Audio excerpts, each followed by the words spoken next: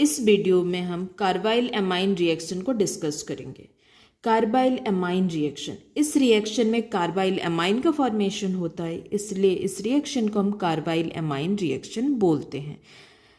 इस केस में हम कोई भी प्राइमरी एमाइन एलिफेटिक भी हो सकता है और एरोमेटिक भी हो सकता है। जब हम उसको हीट करते हैं क्लोरोफॉर्म और अल्कोहलिक पोटेशियम हाइड्रोक्साइड के प्रेजेंस में, तो हमें कार्बाइल एमाइन का फॉर्मेशन होता है। कार्बाइल एमाइन को हम आइसोसाइनाइड भी बोलते हैं। तो इसका स्मेल बहुत हार्ड है, बहुत अनप्लीजेंट है, ऑफेंसिव स्मेल है। तो इस स्मेल के बेसिस पे इस कंपाउंड को हम आइडेंटिफाई कर पाते हैं। जैसे कि एक जनरल फार्मूला एग्जाम्पल है RnH2। Alkyl amine react with chloroform CHCl3 plus alcoholic potassium hydroxide, alcoholic potassium hydroxide के प्रेजेंस में जब हम इसको हीट करेंगे तो यहाँ से क्या फॉर्मेशन होगा? Isocyanide RNC। साइनाइड हो जाएगा RCN cyanide, RNC isocyanide. Isocyanide का फॉर्मेशन होता है, साथ साथ हमें यहाँ पे K है और Cl 3KCl का फॉर्मेशन होगा, 3KCl एंड 3H2O। ये क्या है? आइसोसाइनाइड। इसको हम बोलते हैं अल्काइल आइसोसाइनाइड। इसका एक कॉमन एग्जांपल जैसे कि ethyl amine CH3CH2NH2। Ethyl amine, इसको हम रिएक्ट करवा रहे हैं क्लोरोफॉर्म CHCl3 के साथ in presence of alcoholic potassium hydroxide के प्रेजेंस में जब हम हीट करेंगे तो यहाँ से हमें इथाइल आइसोसाइनाइड का फॉर्मेशन होगा CH3CH2NC। ये है आइसोसाइनाइड, इथाइल आइसोसाइनाइड।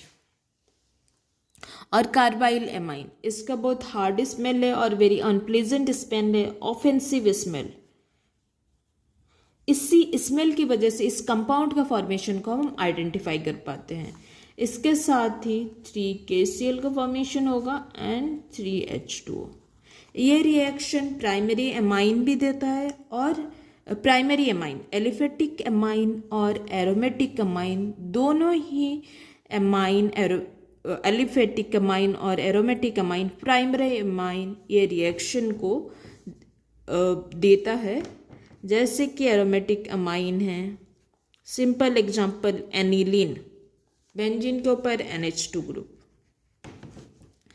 इसको जब हम कंबाइन करेंगे similarly chloroform plus potassium hydroxide, alcoholic potassium hydroxide के प्रेजेंस में जब हम हीट करेंगे तो यहाँ से भी आइसोसाइनाइड का फॉर्मेशन होगा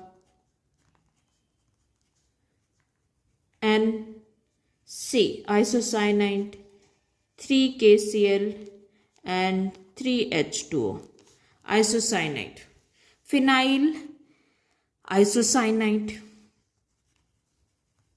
फिनाइल आइसोसाइनाइड,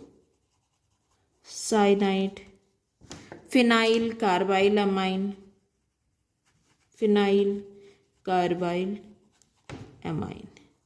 इसका स्मेल बहुत अनप्लीजेंट है, ओके, बहुत हार्ड है। जैसे अमोनिया का स्मेल भी वेरी अनप्लीजेंट होता है, इसी तरह से इसका स्मेल भी बहुत अनप्लीजेंट है, ऑफेंसिव है। तो इस स्मेल की प्रेजेंस से इस कंपाउंड का फॉर्मेशन को हम आइडेंटिफाई करते हैं। ये सिर्फ 1 डिग्री एलिफेटिक और एरोमेटिक अमाइन के केस में इसका फॉर्मेशन होता है, 2 डिग्री और 3 डिग्री अमाइन के केस में इसका फॉर्मेशन नहीं होता है। तो इस रिएक्शन को भी हम यूज करते हैं to distinguish from secondary and tertiary amine. ठीक है, इस रिएक्शन का एक इम्पॉर्टेंट एप्लीकेशन है कि इस रिएक्शन को हम यूज करते हैं to distinguish between this reaction is used for distinguishing between distinguishing primary amine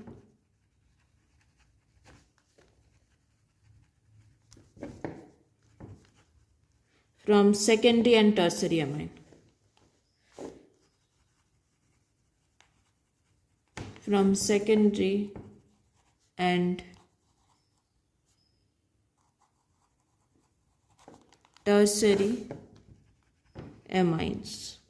जो ये जो आइसोसाइनाइड का फॉर्मेशन हो रहा, इसको हम कार्बाइल एमाइन भी बोलते हैं.